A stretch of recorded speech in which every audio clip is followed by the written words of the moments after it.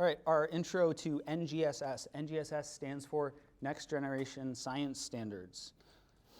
So what are the Next Generation Science Standards? The NGSS is a set of K-12 science content standards. So it's science content. We're in a natural science class.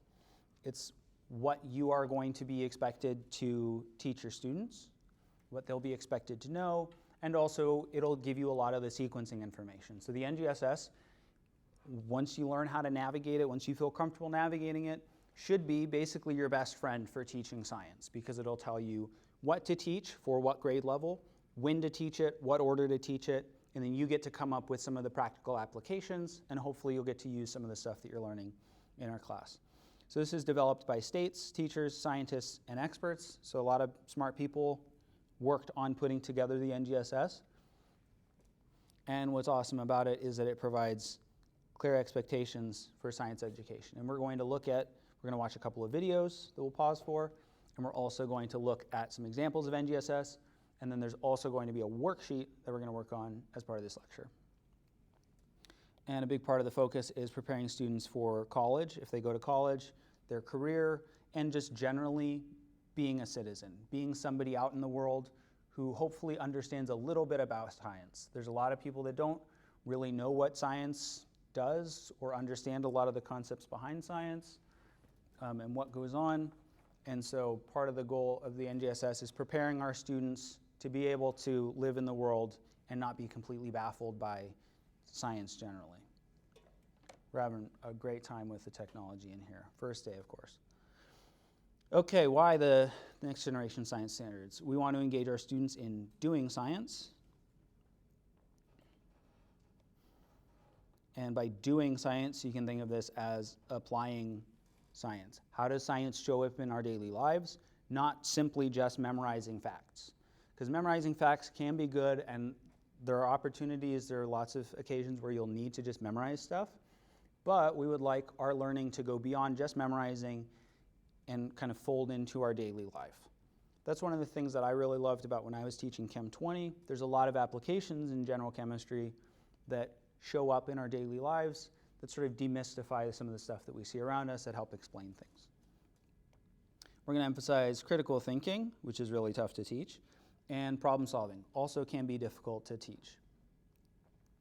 This will also help connect science concepts across disciplines. I think there are 4, so I'm going to write several. So there are several discipline areas, and disciplines is just like groups. So the group that we're focusing on is physical science, so we're thinking chemistry and physics. But there's also geology, biology, other sciences, and engineering. So there are several discipline areas, and we want all of our sciences to sort of communicate with each other and work well with each other. We don't want people to be siloed and only thinking in one way. This will also hopefully help prepare our students for real-world challenges. In the real world, we often need critical thinking, we often need problem solving. And communicating is also really important. If you don't know how to communicate effectively, that's going to throw a wrench into a lot of your personal relationships, professional relationships, makes it hard to find a job, lots of other things. So being able to communicate effectively is also very important. So NGSS will hopefully help us with that. And so the first video that we're going to watch, first of 2, is this video, NGSS, Next Generation Science Standards by Bozeman Science on YouTube. All right, so we watched the video and we're back. So to sort of cover some of the same concepts that showed up in that video, there are 3 main areas, 3 dimensions of the Next Generation Science Standards. You've got disciplinary core ideas, which will be shortened to DCIs, for standing for disciplinary core ideas. These are key science concepts that students should know. So this is sort of like if you looked at our syllabus, or if you've looked at a course outline of record, or if you've looked at a class description, usually there's some student learning outcomes or something with similar wording or similar ideas in there that says this is what the students are going to be able to present to show that they learned at the end of this course. So that's what the disciplinary core idea is. This is what the students should be able to demonstrate that they know once they've gotten through whichever step of NGSS that they've been working on. So is it like, you said it's what students should be learning, so is it like their, I forgot, it's the objective? Yeah, objective. Yeah, essentially, I think the idea is that it's essentially student learning outcomes or objectives. Okay. This is what the students need to know. And presumably there's testing that goes along with that to show that students learn. For like community college as well, like for our classes, usually if we're up for evaluation, if they're like reviewing a particular program or class, we have to include, like in our final or at some point during the course, we have to show that we measured those student learning outcomes, and then somebody puts together a whole document showing like, yeah, 75% of the students got these questions right, so we're on track for our student learning outcomes. That's sort of, I'm guessing, where this falls in. And then there's science and engineering practices, or SEPs. These are skills that your students will use to investigate and solve problems. So the focus here is on skills. For DCIs, it was concepts that the students should know. So science and engineering practices, things that students should be able to do, ways that they should be able to solve problems. And then last but not least, there's the 3 C's, cross-cutting concepts, the cutting part being the second C. So cross-cutting concepts, like we saw in the video, these are big ideas that are going to link across different sciences, things that you should see pop up in all of the 4 different areas of science that also get folded into the NGSS. So those are the 3 dimensions, 3D. So some example of 3D learning in action. An example, a student might ask, why do some objects float while others sink? So you could investigate this by testing different materials. And this would fall under our SEPs. You can learn about forces, because there's forces involved. There's the force of gravity, there's buoyancy, counteracting, there's some other forces probably involved in there. And also properties of matter. Different types of materials have different properties. Like wood oftentimes floats in water. If you throw a lump of metal into water, it's probably going to sink because of the density of the different properties, or the different pieces of matter. And you would also hopefully learn about recognizing patterns across a couple of different experiments. So if you do 15 experiments and you're testing different materials in each of these, just throwing stuff in water, you'll hopefully start to identify some of these patterns of, well, wood usually floats because it's typically less dense than water. Metals and other dense solids or heavy feeling solids are probably going to sink because they're more dense than water. So those are where some of those things might come in. NGSS for elementary classrooms, so K-8 or K-6, one of those two. Younger people, not high school. There's going to be hands-on experiments and inquiry. So thinking of what we did last week, we actually got to play with cards, we bounced balls, we tested stuff. We want hands-on activities because that part of the learning process, that doing part, is really important for learning. We also want to be building curiosity and encouraging students to ask questions and equipping them hopefully with the tools that they can come up with experiments to test those questions, or teaching them how to go out on the internet or to the library or to their parents or somebody else that knows stuff and ask them the correct questions to find the answers to things that they're interested in. Curiosity is really important, even if it did kill the cat. We also want to encourage using explanations with evidence. So not just saying, well, I saw it, but like documenting what we saw, how we saw, what the experiment showed. And then also doing some age-appropriate science practices. So if you're working with kindergartners, you're probably not going to be dissolving metals in acids and producing hydrogen gas and measuring how much hydrogen gas you made, because kindergartners probably shouldn't be handling acids. You would be doing more of the stuff that we did last class, playing with paper cards, bouncing balls, building airplanes, maybe doing some density stuff, putting different materials in water, seeing what floats, seeing what sinks.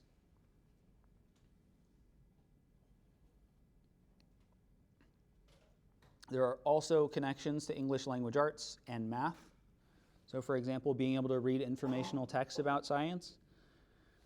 It's very important in science that you be able to read and write. The further you go in science, the more that writing becomes very important. There's also obviously a lot of math that's involved, but being able to read informational texts, so being able to identify what the words are. There's a lot of words in science, and a lot of them kind of live just within the realm of different sciences. So being able to read the rest of the words, and then either from context clues or by looking stuff up in a dictionary, figuring out what those other words mean is very important. We also want to be able to write explanations and arguments using, again, that evidence. So being able to write explanations and write them in a way that makes sense is very important. We also want to be able to apply math skills, so we're going to be doing stuff like measuring, graphing like we did last week, analyzing data, all very important stuff in science. And we also want to integrate literacy. So literacy, right words, and numeracy, numbers. Understanding both words and numbers in our science learning. There's lots of numbers that come up in science. So being comfortable with numbers, hopefully, or at least being able to use them, being able to do a little bit of algebra, all very helpful stuff when we're doing science. So English, language arts, and math play a very important role in us being able to accomplish our goals in science. So our NSCI 131 course goals, we want to learn physical science concepts aligned with the next generation science standards. So we are going to be learning in this class a bunch of the stuff that you will hopefully eventually be teaching in your own classrooms from the next generation science standards. And so we've got 4 areas in physical science. The PS here stands for physical science. And these are often linked to in the course. So PS1, our first topic, or one of the first chapters in the book, matter and its interactions. How does matter interact with things? PS2, motion and stability. PS3, energy, a couple of different types of energy. And then last but not least, PS4, waves and their applications. And waves includes things like you jump into a swimming pool, there's usually a splash, those sort of waves, but also things like light and sound also have wave properties. So there's sort of a wide breadth of material. We're not going to go super in depth, but if you have questions when we get to especially the chemistry stuff, please feel free to ask those deeper questions. I'd be more than happy to chit chat with you about those. Do we have any questions so far? These slides are also up on Canvas, so if you want to look back at them later, they're on Canvas. For the whole semester, or just the beginning? This is the whole semester, yeah. All right, and then we get to our second video, which is how to read the Next Generation Science Standards by Achieve on YouTube. All right, so we just watched the video. The little screenshot here showing the performance expectations page, it looks like a lot. It looks kind of scary, probably, because we haven't looked at it before. So it should look a little bit scary. It should look a little intimidating because it's a lot of information. But part of the class, part of this chapter, or this lecture in particular, is looking at how to break that down. So once you figure out the layout and how the layout works, it's a lot less intimidating. An analogy that comes to mind is if you go to a store and you've never been to that store before, and you know you're looking for a specific thing, it can be hard to tell what section of the store you're supposed to walk around to. Like if you go into a Walmart for the first time, you walk through the doors and it's a big Walmart, and you're like, I'm looking for one particular item. They've got probably 20,000 different things in that store, and if you don't know which section of the store you're supposed to go to, it's going to be really hard to find the thing that you're looking for. So it can be helpful to ask somebody for help. I'm guessing there's probably not classes on navigating Walmart, but you can ask an employee that works there, and they'll probably know right off the top of their head, oh yeah, you go to this section of the store, and it should even be in this aisle. Sometimes they have that sort of level of expertise. So this class is sort of navigating Walmart, but our Walmart is the next generation science standards. So hopefully we'll get some more familiarity with that. And we do have a worksheet where we'll be looking at that more. So the NGSS is organized. We've got performance expectations, what the students should be able to do eventually. So they won't be able to do that immediately, but hopefully through the end of the course, the end of the school year, or the end of that middle school or high school, whichever grade band you're in, the student should be able to do those.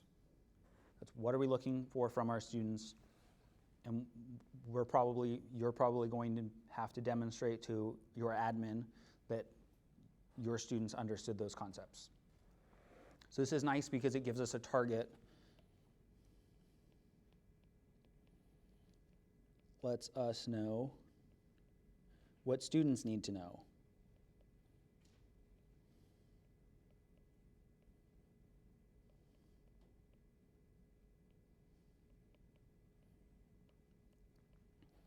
And that's that section that was up at the top. And then underneath that, there are the foundation boxes that show the connections to the disciplinary core ideas, the standards and engineering practices, and the cross-cutting concepts. So the 3 dimensions in there. And then further below that, there were connections boxes that link to English language arts, math, and other grades. So that's, can't remember the name of it. Common Core English language arts and math, and then stuff that people will be learning in other grades. And these are organized by grade level, K through 5, or grade bands for 6 through 8, and then 9 through 12, middle school and high school.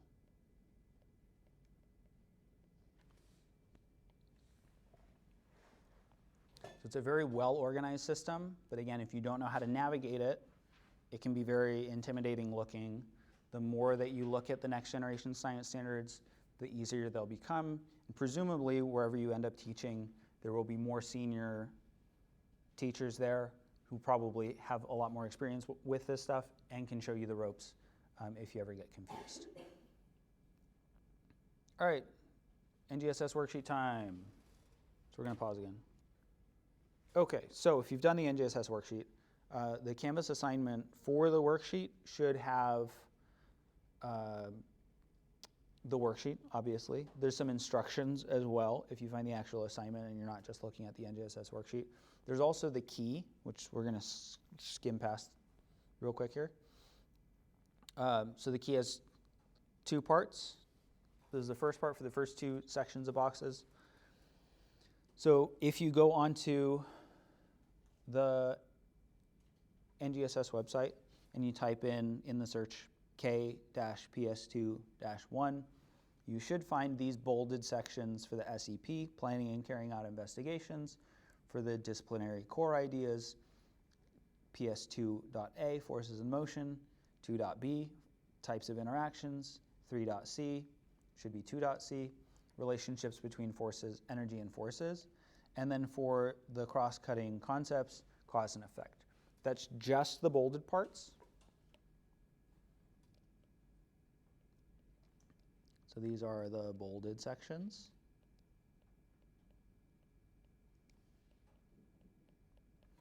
Which sort of operate like headers. This is the big ideas, and then there's non-bolded text that's underneath that sort of explains what goes into those ideas to give you some more context. If you do the same thing for 3-PS2-3, it should pull up with these ideas. And then the next set, 5PS1.3 or -3, got those ideas. Middle school, PS3-1 should pull up these ideas. So this part of the worksheet is really just to give you a chance to interact with the NGSS website, get you some experience looking at the documents so that you sort of know where these things live. And then I believe there's also a quiz for you to fill out. Basically, what was your experience with this? That's the part that's actually worth points. Any questions at all about the worksheet? Okay, and then I've alluded to the fact that I jumped the gun last week with the ball drop. So what we were supposed to have done last week is just plan the ball drop experiment, but not actually have the balls and the yardsticks and stuff to do the dropping. And we were going to do some notebooking about that. So the activity part that we were supposed to do, what we did last week sort of, in groups of 4, there were some groups of 2, maybe a group of 3, you were supposed to conduct your ball drop experiment using the plan that we drew up last week. But we already did it last week. And we wanted to record our data in a table similar to the one below. If anyone wants to stay after and redo this, we can do that as well. And then also draw a diagram depicting your experiment. Ideally, we'd also want to use some color, sort of thinking about what do we expect that our students might do. Some of them are probably going to use color. They'll do some artistic drawing. Might look something like this, but obviously this is not for a ball drop experiment. I'm going to get better at doing this notebooking stuff. So if you're missing any of this information from your notebooking from last week, fill this in. If you'd like to redo the experiment, I'm sort of speeding through to hopefully get us out early. And if you want to stick around and redo part of the ball drop to grab some tables, to grab some more information, to ask questions, feel free to do that. And then some of the important tasks, we want to be reading our book. So reading chapter 1, section 1.6. There's week 2 homework that I'm not 100% sure that it's up, but it will be up soon if it's not. That'll be due this Saturday night, so that's a concept quiz. The learner profile survey, which is not live, will be due Sunday night. And then we've got another STEM discussion board, or another discussion board on Sunday night also. And as I mentioned earlier, the week 1 discussion board got pushed back. The due date got pushed back.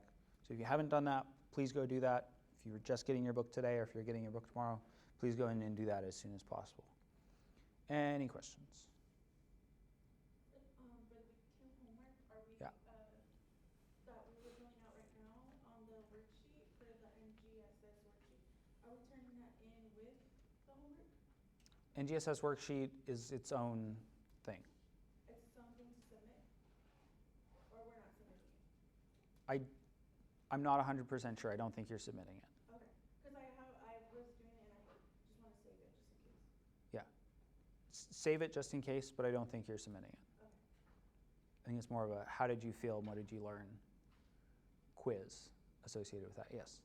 We have the survey, the learner profile survey? Learner profile survey is not up yet, but I will post that. Other questions? All right, then that's curtains for lecture 3.